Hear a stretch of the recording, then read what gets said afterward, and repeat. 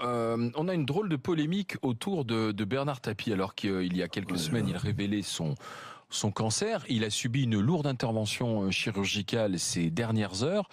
Et pourtant, il est accusé d'utiliser ou plutôt d'instrumentaliser sa maladie, alors que les enquêtes le concernant continuent. Oui, il vient d'être en fait opéré de son cancer de l'estomac il est en réanimation, dans un service de réanimation aujourd'hui.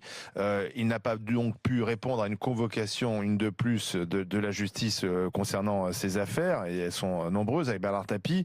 Et certains disent, finalement, Bernard Tapie se sert de sa maladie pour échapper à la justice.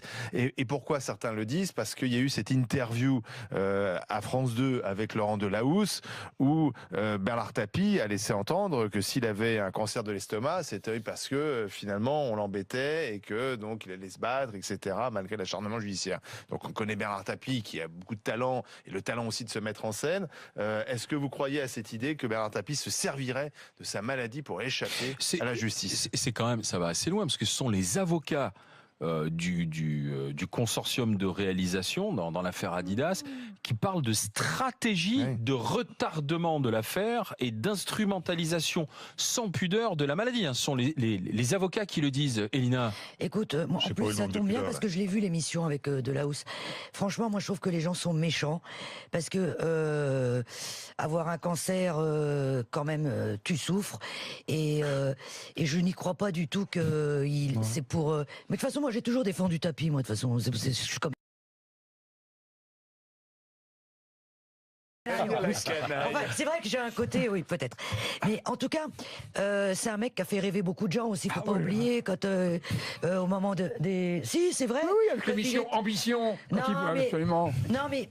Écoute, de toute façon... Il a fait rêver les supporters marseillais. Voilà, c'est ça que je voulais dire. Imaginons même... Il trichait jamais au foot. Non mais attendez. Oui, bon, allez. Bon, il n'y a pas que lui. Attends, imaginons même que il aille avec mal au ventre au tribunal. À la convocation, ouais. Imaginons même... Allez, qu'il se retrouve en prison. Malade comme il est, on va pas le mettre en prison de toute façon. Il faut qu'il se fasse soigner dans les hôpitaux. Donc non, moi j'y crois pas. Alors... Tu ne crois pas qu'il soit dans une stratégie dans cette histoire? Il n'en est plus là. Je l'ai vu l'émission. Il dit bon, de toute façon, j'ai bien vécu. Voilà. Non, il sait qu'il est à la fin de sa vie. Enfin, moi, j'ai étudié, j'ai entendu l'émission. Il le sait et voilà. David. C'est vrai que les grands professeurs comme Israël, comme Kayat ou comme Chabol de l'hôpital Foch vous diront qu'il n'y a pas de lien de causalité entre le stress et le cancer.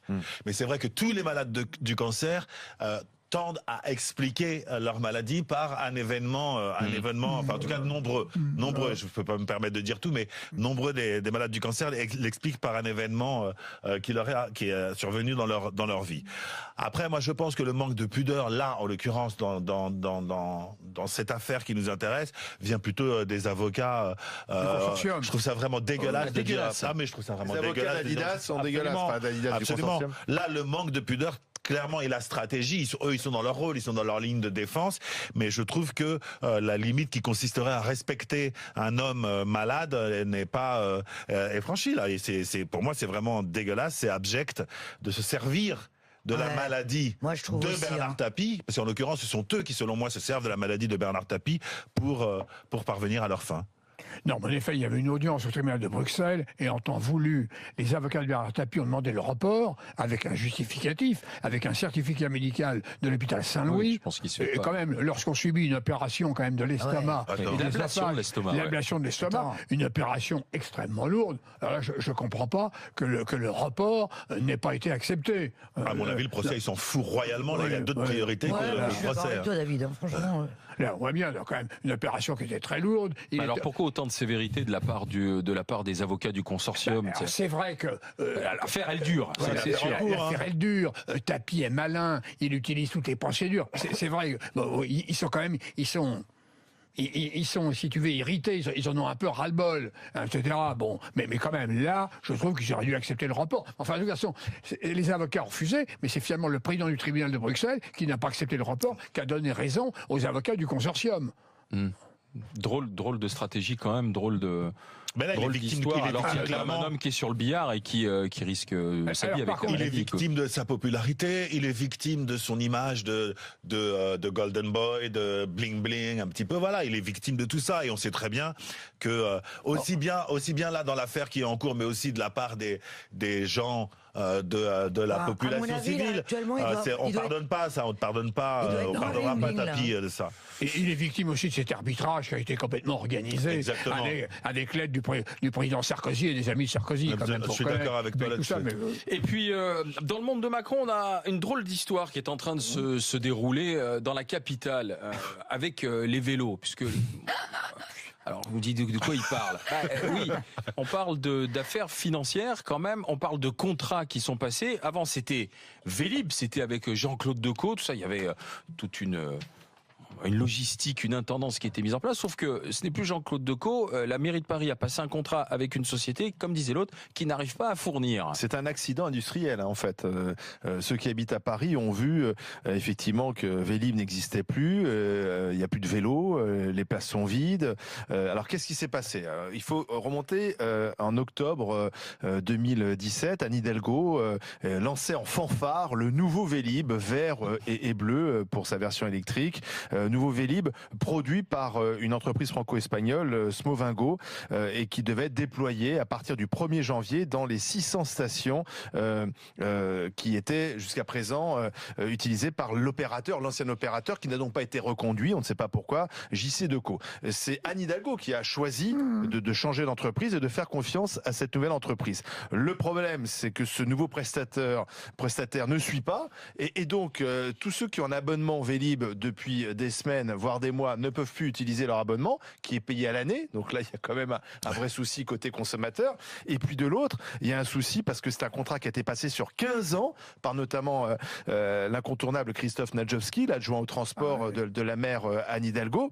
Et ce contrat, pour l'instant, n'est pas rempli. Alors Anne Hidalgo, hier, furieuse, a tapé du poing sur la table en disant « En tant qu'utilisatrice, je ne suis pas content et je vais demander des pénalités financières contre cette entreprise. » Mais c'est une entreprise qu'elle a elle-même choisie. Donc c'est une façon un peu de se dédouaner rapidement. Catastrophe industrielle, ce qui est un comble, hein, parce que Paris doit devenir la capitale du vélo, hein, selon Anne Hidalgo. Le vélo, ça ne fonctionne plus.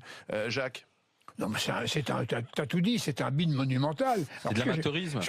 Mais de l'amateurisme total. Mais enfin, ça fait partie de la liste, finalement. C'est que de l'amateurisme à la mairie de Paris, actuellement, de ce côté-là. Non, mais là, d'abord, est-ce qu'il y a eu un appel d'offres? Est-ce qu'il y a eu... Ah bah, il y a eu un appel d'offres, ils ont décidé de prendre cette entreprise. C'est la raison pour laquelle Decaux n'est plus... Oui, non, plus là. Non, mais attends, parce que là, je sais pas si tu as remarqué, tu as des campagnes de pub, les panneaux de publicité, nous, on en a été victimes, on avait une campagne de publicité prévue avec la mairie de Paris pour le Festival mondial, et le litige qu'il y a avec Decaux fait que cette campagne a été retirée, tous les panneaux de la ville de Paris sont vides. D'ailleurs, en plus pour Paris. En plus pour Paris. Jacques? Non, si tu veux, je pense qu'il va y avoir finalement 60 à 80 vélos vont être livrés tous les mois. Smovingo dit que finalement pour le 31 mars, finalement tout sera réglé. C'est pas sûr du tout que le 31 mars, il y aura le nombre de Vélib. Est-ce que la ville de Paris doit indemniser tous ceux qui ont un abonnement? Navigo, tous ceux qui ont un abonnement, à mon avis, ils doivent avoir, si c'est ça, 3 mois d'abonnement gratuit. Pour ça, il faut démontrer la responsabilité de la ville de Paris. C'est quand même l'entreprise qui est défaillante. C'est pas la ville de Paris. Oui, mais bon, si je choisis un prestataire et que le prestataire est défaillant dans la prestation qu'il doit fournir, c'est pas moi qui dois régler. Le client Vélib se retourne contre la ville de Paris et la ville de Paris se retourne contre un prestataire. Mais ça se fait en 2 temps. Tout à fait, c'est ce que je dis, mais c'est pas la ville de Paris qui est directement responsable. Pour le Parisien, c'est la ville de Paris qui est responsable. C'est la ville de Paris qui sera l'interlocuteur pour l'usager, mais ça n'est pas la ville de Paris qui juridiquement est responsable. Il fallait garder Decaux. Mais il fallait garder Decaux. Ah mais ça, pour des raisons obscures. Ce qui m'épate, c'est que cette Madame Hidalgo, elle est capable de taper du poing sur la table pour des vélos et pour des choses vachement plus graves, rien. Ah oui, mais parce en même temps, il a beaucoup sur la tronche, je trouve. Parce que c'est sa politique, parce que elle a axé toute sa politique sur l'abandon de la voiture et la promotion du vélo.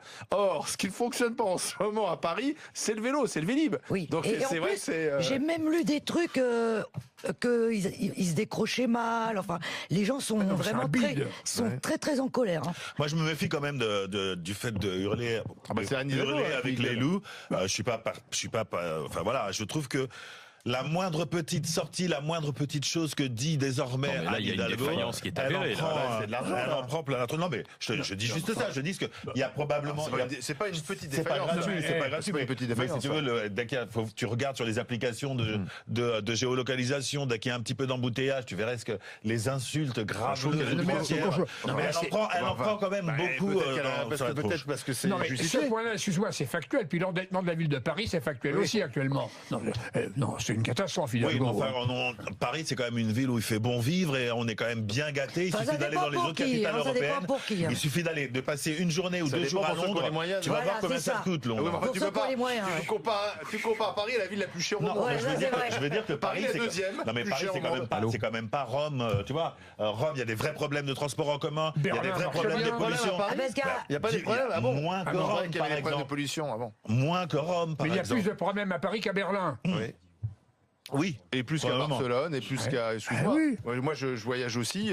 Il y a des villes qui sont des capitales des grandes villes où tu sens qu'il y a quand même moins de problèmes de bouchons, les choses fonctionnent mieux, il y a moins de problèmes de propreté. Oui, il y en a où Quand ça tu fonctionne mieux, il y en a où ça Non, mais fonctionne quand moins tu bien. additionnes tous les dysfonctionnements, alors c'est pas toujours à cause d'Anne Hidalgo, C'est ce bien que j'allais entendu. dire. Mais il y a quand même pas mal de dysfonctionnements en ce moment à Paris. C'est Ça, je une suis d'accord réalité. avec toi, mais Bah ce que oui, je c'est emmerdant. dis, C'est ce que je censé dis, être la ce que je capitale dis, c'est que les attractive. imputer systématiquement à Anne Hidalgo, Bah, en ça tout cas, commence à faire beaucoup. Là, elle a une responsabilité, t'es d'accord? Oui, là, je suis d'accord. Il a raison, Olivier, sur la propreté. Il y a un véritable problème Ah oui. à Paris. Ça, Ouais, je oui, confirme. elle le reconnaît.